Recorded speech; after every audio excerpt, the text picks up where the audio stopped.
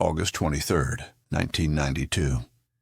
21-year-old Tammy Jo Zywicki was driving alone on Interstate 80, heading back to college for her senior year at Grinnell. She was responsible, cautious, the kind of daughter who always called home to check in. But somewhere along that endless stretch of Illinois highway, her white Pontiac began having trouble. When witnesses saw her pulled over on the shoulder, a massive tractor trailer was parked directly behind her car. The trucker appeared to be offering help to the stranded college student. It seemed like a good Samaritan moment on a busy interstate. It was the last time anyone would see Tammy Jo alive. Her car was found the next day, neatly locked with her belongings still inside. But Tammy was gone, vanished without a trace from the side of one of America's busiest highways. For over a week, search teams combed every mile of surrounding farmland and forest. Then came the discovery that changed everything. Tammy's body was found more than 500 miles away in Missouri,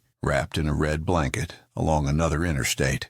Someone had taken her across multiple state lines, someone who knew exactly where they were going. For 33 years, her family has waited for answers. The FBI has followed hundreds of leads, questioned dozens of suspects, released composite sketches, but Tammy's killer has never been found. Subscribe now for a case that proves sometimes the most dangerous predators are the ones offering help. Tammy Jo Zywicki was the kind of daughter every parent dreams of raising. At 21, she was entering her senior year at Grinnell College in Iowa, where she had flourished as both a student and a photographer. Her camera was never far from her side, always ready to capture the beauty she found in everyday moments. Growing up in Marlton, New Jersey, Tammy had developed into a thoughtful, independent young woman who loved to travel and explore new places. She was responsible beyond her years, the type who would never worry her family unnecessarily. When she made plans, she stuck to them. When she said she would call, she always did. The drive from New Jersey to Iowa was one she had made several times before. Interstate 80 stretched across the heartland like a concrete river, connecting her two worlds, the suburban comfort of home and the academic challenges that awaited her in Iowa. It was a familiar route, well-traveled and generally safe. August 1992 had been a perfect summer break. Tammy had spent quality time with her family, worked on her photography, and prepared for what would be her final year of college. As she packed her white 1985 Pontiac T1000 for the journey back to Grinnell, she was excited about the year ahead and the future that seemed so bright and full of possibility. The morning of August 23, 1992, dawned clear and warm as Tammy loaded her belongings into her white Pontiac T1000. She had made this drive between New Jersey and Iowa several times before, and the route had become routine. Interstate 80 would take her straight west across Pennsylvania, Ohio, Indiana, and Illinois before she reached Iowa and her beloved Grinnell College. Her family watched as she pulled out of the driveway, waving goodbye with promises to call when she arrived safely. It was a scene that had played out many times before. Their responsible daughter heading back to school, always mindful of keeping in touch, always careful on the road. The first few hundred miles passed without incident. Tammy's Pontiac, though not the newest car on the road, had been reliable for her previous trips. She made good time through Pennsylvania and Ohio, stopping occasionally for gas and snacks, probably taking photographs of interesting sights along the way, as was her habit. But somewhere in Illinois, as the flat farmland stretched endlessly in every direction, something went wrong. It was mid-afternoon when her car began showing signs of trouble. The exact nature of the mechanical problem would never be determined, but whatever happened forced Tammy to pull over along Interstate 80 near LaSalle County, Illinois.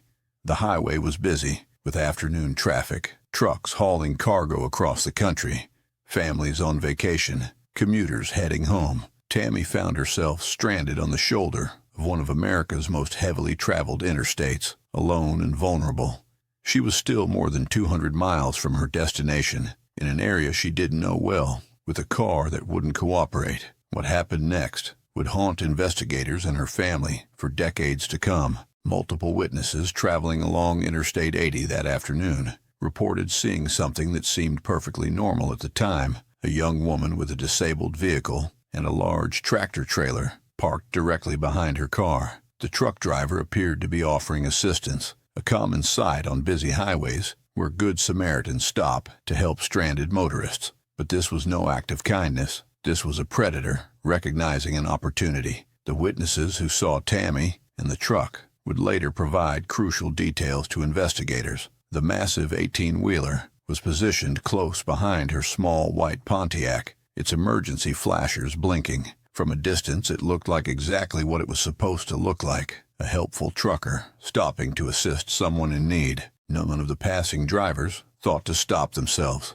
After all, help had already arrived. The truck driver would handle whatever problem the young woman was experiencing. This assumption, so reasonable at the time, would prove tragically wrong. At some point during that afternoon encounter, Tammy Jo Zywicki disappeared. Whether she willingly entered the truck cab, thinking she was getting help, or whether she was taken by force, would never be determined. But she vanished from that roadside as completely as if she had never existed.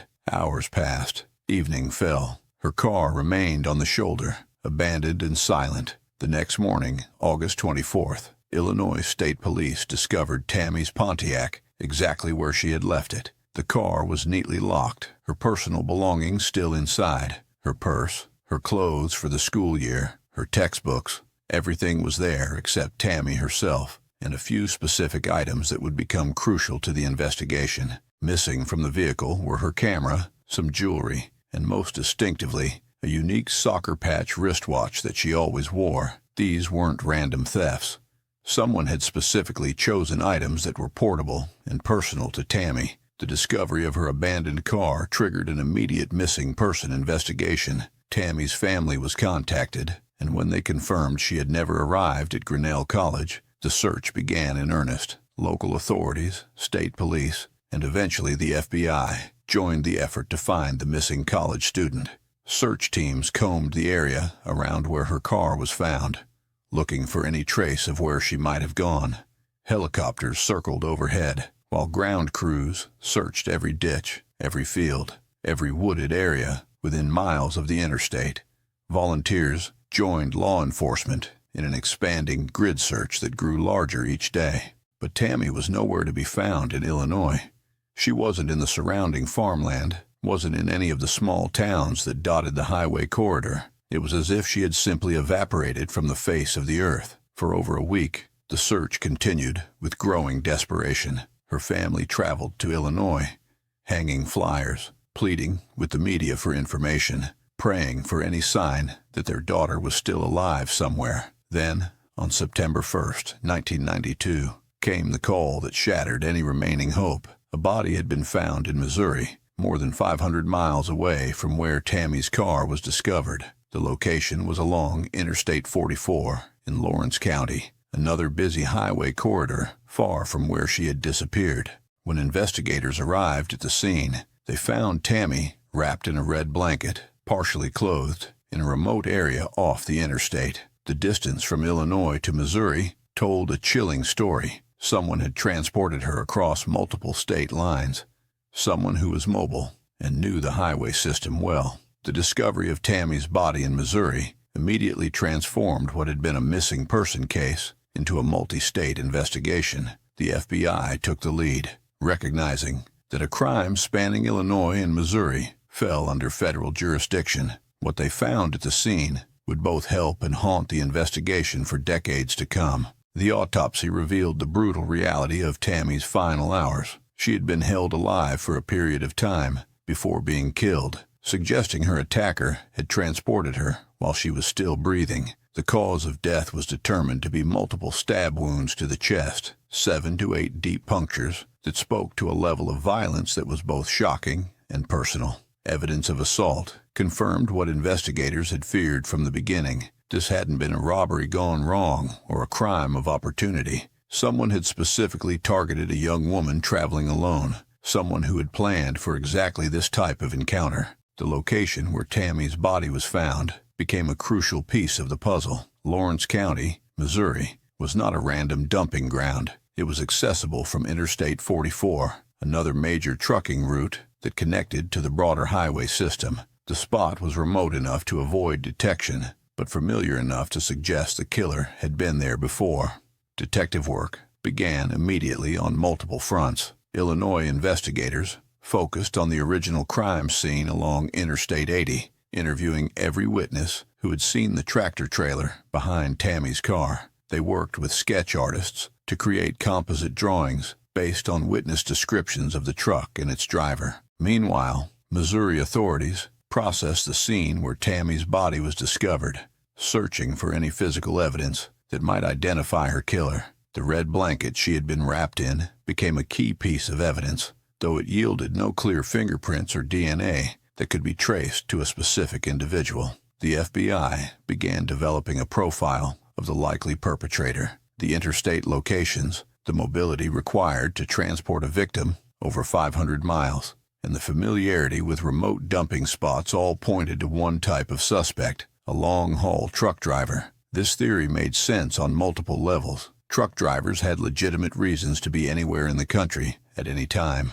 They knew the highway systems intimately, understood which rest stops and truck stops offered privacy, and could transport evidence or victims across state lines without attracting attention. For a predator, a commercial truck was the perfect mobile hunting ground. The investigation expanded to focus on trucking companies, driver logs, and delivery schedules. Investigators requested records from dozens of companies to determine which drivers had been traveling through Illinois on August 23rd and Missouri around September 1st. The paperwork was overwhelming, but patterns began to emerge. Several drivers became persons of interest, men whose routes and schedules aligned with the timeline of Tammy's disappearance and the discovery of her body. Each required extensive background checks, interviews, and elimination through evidence or solid alibis. One early suspect was a driver with a history of approaching stranded motorists.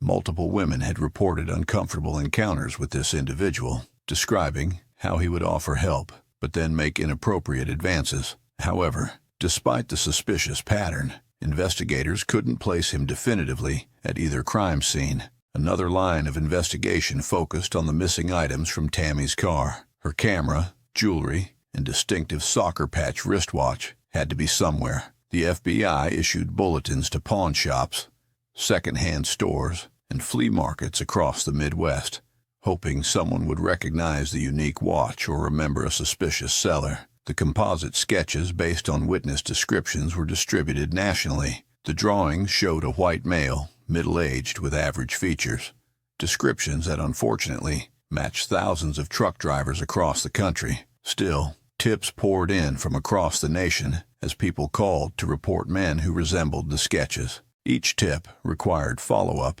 Each lead demanded investigation. Detectives traveled thousands of miles, interviewed hundreds of people, and followed hundreds of theories. Some suspects seemed promising initially, but were eventually ruled out through alibis or evidence. Others remained on the periphery of the investigation.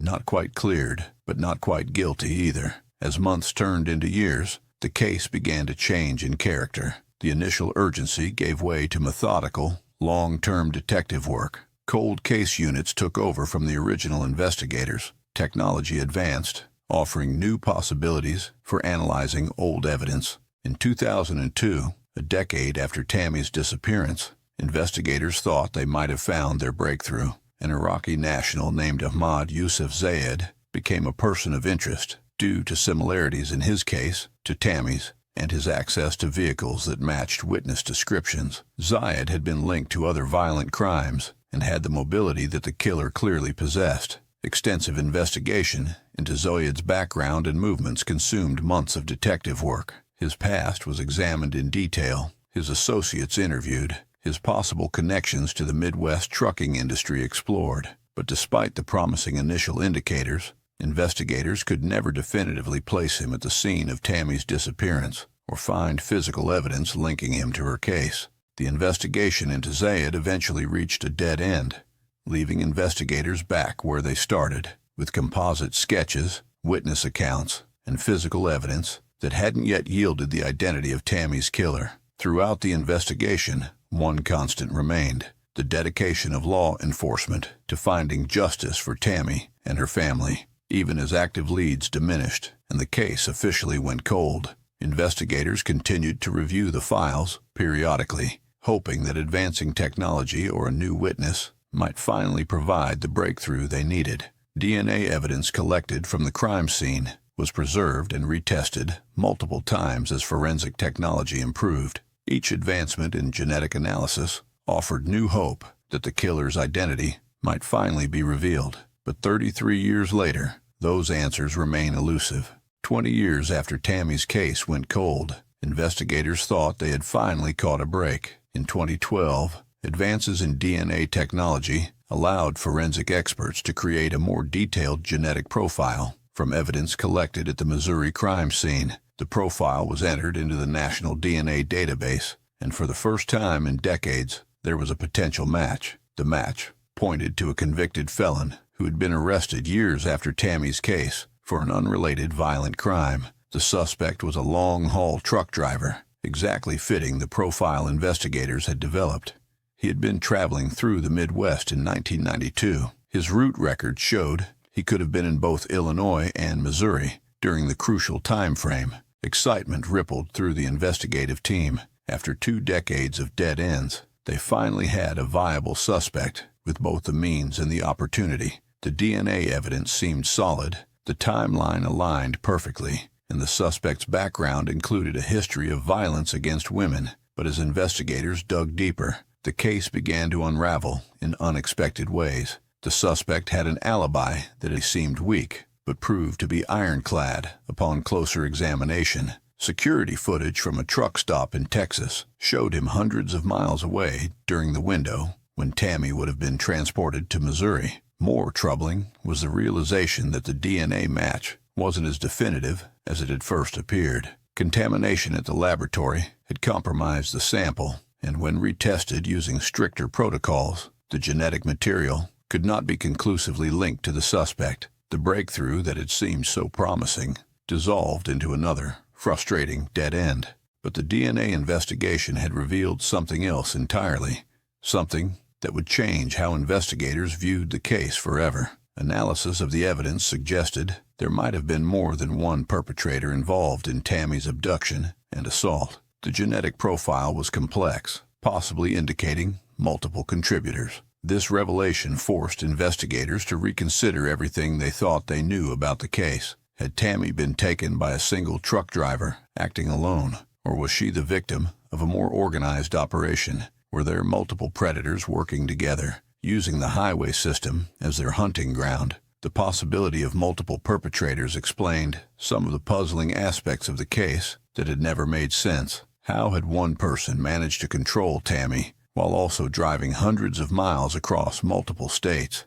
How had the killer been familiar with remote dumping spots in Missouri if he was just passing through? Perhaps most chilling was the implication that if multiple people were involved, some of them might still be out there, still using America's highway system to find and victimize other travelers. Tammy might not have been their first victim, and she certainly wouldn't have been their last. Investigators began looking at the case through this new lens, examining other unsolved disappearances along major trucking routes during the 1990s. Patterns began to emerge.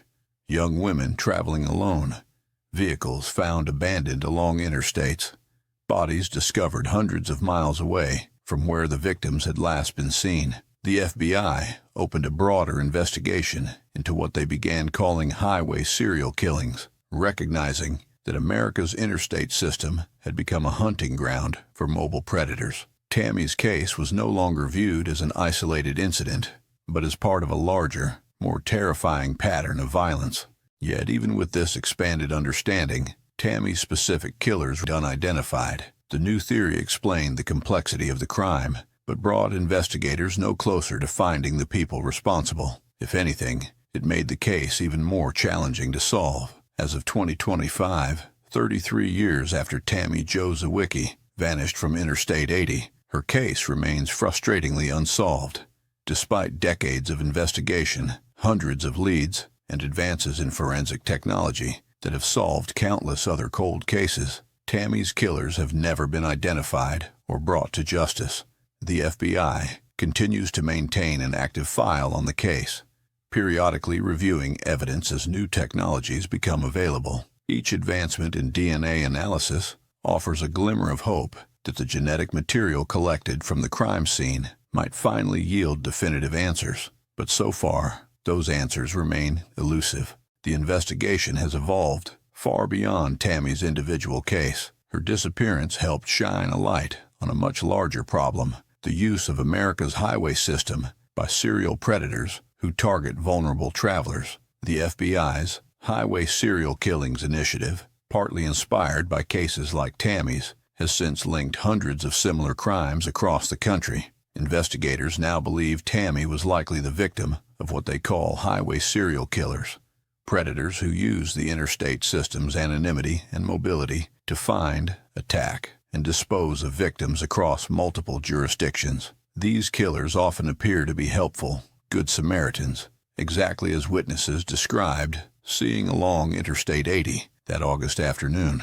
The composite sketches from 1992 remain on the FBI's website, still hoping someone will recognize the face of the man seen near Tammy's car. The distinctive soccer patch wristwatch that was taken from her has never been recovered, despite decades of monitoring pawn shops and second-hand markets. Tammy's family has never given up hope for justice. They continue to work with law enforcement, participate in cold case reviews, and maintain public awareness of her case. Every few years, a new tip comes in or a new technology emerges that might finally provide the breakthrough investigators need. The case has become a reminder of both the persistence of law enforcement and the limits of justice. Despite the best efforts of dedicated investigators, some crimes remain unsolved, not because the evidence doesn't exist, but because the perpetrators have managed to stay one step ahead of the technology and techniques used to catch them.